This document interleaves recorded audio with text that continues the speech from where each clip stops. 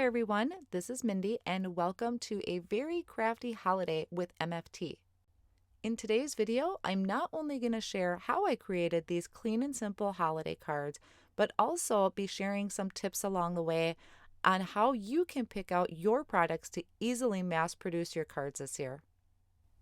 I'm going to start my cards by first stamping out all of the images that I want to use. This is using the Holiday Penguins stamp set. I'm using all 4 of the adorable penguins in this set. Now, tip number 1 actually is the reason I used or picked this set was because these images are going to be very easy to color up. The penguins only really have 2 colors essentially, black and white, and it's up to you how much detail you want to add to your image. So I'm starting with some white cardstock that's Copic friendly, and I'm stamping my images in the MFT Extreme Black ink, which is Copic friendly. You can use whatever coloring medium that you're comfortable with. I chose the Copic markers because I am quite comfortable with them and I can color with them fairly quickly. This is also a great way, if you stamp all of your images, you can always take them into your living room or if you're running errands or have to sit for an appointment. And these are great to dig out and just color when you have a chance or sitting with the family. I speed the coloring portion up quite a bit, but I did leave it all in for you so you can see how I colored everything up. But the coloring really in real time only took me about 15 minutes. So I'm going to start off by coloring the penguin, and I'm using colors from the N family. This is going to be N9, N6, and N4. You don't necessarily need a 3-color combo for this. You could just color them with 1 or 2 if you want to add a little bit of dimension to the images. Like I said, I'm quite comfortable coloring with Copics, and using a 3-color combo is more of habit for me. And they just, even using the 3 colors, still this process moves along very quickly. So after I did the coloring of this first penguin here, I added orange for the beak and for the feet, and then a 2-color combo for the hat. And I just used 1 color for the bellies, and I did that on all of them. And I just added that little bit of shading just to the outer edges. You don't really need a lot. It's kind of what makes this process go so quick, is if you simplify that coloring down, it's going to save you a ton of time. Another tip that I want to share if you're using any sort of coloring medium is don't overthink the process. Don't worry about where exactly the light source is supposed to be coming from. That's just going to take up more of your time. And I'm also limiting the number of colors that I'm using. Once I get to the scarf and the present, you're going to notice that I use red and green. I don't switch out a lot between a lot of different colors. Now, like I had mentioned earlier, one of the reasons that I picked these adorable penguins is, for one, they're penguins. They're super cute. And 2, they have very limited colors that you need. So that's something to consider when you're picking images for your cards, is what's going to take the least amount of time. Snowmen are another good one that you can use in your cards because there's not a lot of coloring that needs to be done to them. Once I have everything colored in, I'm going to take the coordinating dies, line them up with some low tack tape, and then I'll run these through my die cut machine and set them off on the side to work on the rest of my card. So then I'll be pulling out the Christmas Cheer 6x6 paper pack from MFT. This has wonderful colors in it, a lot of great designs. So I picked out a handful of the designs that really caught my eye, and I trimmed them down to 4 1/4 by 5 1/2. I like to start with that size because if I want to make it a full card front, I can, or afterwards, if I want to trim that down, I have that option as well. Now I'm also going to be using a strip of cardstock that measures about 2 inches by 4 1/4. So that was kind of setting the scene for my cards. Next, I'm going to stamp out the sentiments. So I grabbed a bunch of sentiments off of that same Holiday Penguins stamp set, and I'm just lining them up all at once into my MISTI. And I'm just going to be using a piece of red cardstock. This cardstock color matches great with all of the backgrounds that I picked. I looked at the patterns that I had chosen from that paper pack, and I picked out one of those colors. Red just happens to really stand out against any of those patterns, and I know it's going to match perfectly.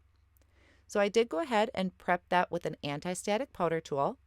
and I'm going to be inking up my sentiments with a Versamark ink. So you want to make sure you have a really nice sticky ink. And then I can close the door and give this a gentle push and stamp all of these down at once. This is also a huge time saver, is if you can stamp multiple sentiments at once. Then I'm going to sprinkle on some white embossing powder and tap off any excess. And off on the side, I'm going to make sure that my heat tool is warming up. I want to make sure when I bring that to my cardstock, it is really nice and hot, because that is going to help minimize any warping. And then I can just bring that to the card and melt that embossing powder. I'm not staying too long over one area, just enough to melt it, and then I can move on to the next one. Now on one of those sentiments, I noticed that I had a little speck of embossing powder that wasn't supposed to be there. It's down at the bottom here. And I'm using a trick that I had picked up from actually Laura Basson.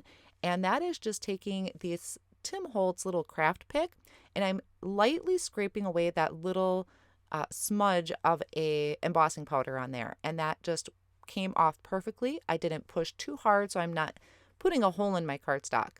Then I'm just taking this over to my paper trimmer, and I'm going to trim these down into a thin strip. So I'm going one direction, and then I'm flipping them and trimming that the other way, and I will also trim off the edges. I'm not using any particular measurement for it. I'm just lining it up to make sure I give myself a little bit of a margin. Then I can move on to the assembly of my card. Now, this design is so clean and simple that I almost feel guilty. Almost. So I'm bringing in that white strip of cardstock, kind of getting the layout of the land, figuring out where it's going to go. And I'm bringing in one of the penguins, and I'm going to add a sentiment right on top of that. I thought this one looked cute because it looked like the penguin was not only bringing that present, but also bringing in that sentiment. So I just lined that cardstock up with a tape runner just towards the top. I do have a little bit of overhang, but I'll fix that towards the end. And the only thing I'm going to pop up is going to be the sentiment. So these are also great for mailing because there's not a lot of layers to this. So after I added foam squares, I can add that right onto my white strip of cardstock in the middle. So that is the first complete card, and I will use this same design throughout the rest of them. And that first card I created, I will be using as a template. So I'm bringing that in just to line up that strip right in the same place on my other piece of pattern paper here. This, you don't necessarily have to do it this way. I like having everything look uniform, even though not all the recipients will know that. I know that, and it makes me very happy. So then I could still bring in some of the other penguins, mix and match whatever sentiment you want to bring it in. They will overhang on top of the penguins just a little bit, but that's okay. Another great thing about these cards is I am using my pattern paper. I know I'm not the only one out there that sees these fabulous paper packs, and we hoard them because they're so stinking cute and have these beautiful bright colors on here. So this is a great way to use up those patterns. Now for this one in particular, those stripes can be a little overwhelming. So by adding that thick strip of cardstock in the middle, it's kind of breaking up that pattern for us and just making it a little easier on the eyes. So definitely dig in and grab your pattern paper. It is going to make mass producing Christmas cards so much easier for you. On this last card, I kind of had a little fun. I love how some of the images kind of look like they're just on one foot or dancing or tiptoeing, however you want to look at it. So I played around with a few different ideas, just either popping up over the top or kind of tilted off on the side. And that's what I decided for this one, is I tilted it a little bit more than I think it's supposed to, which I think is just really cute coming off of that sentiment. Then I'll go through and trim off any of that excess that was overhanging. And afterwards, I will be adding these to a 4¼ by 5½ inch card base.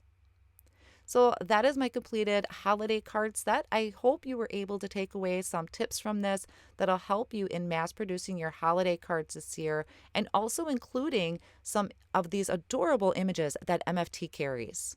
Thank you so much for joining me today, and I'll see you next time.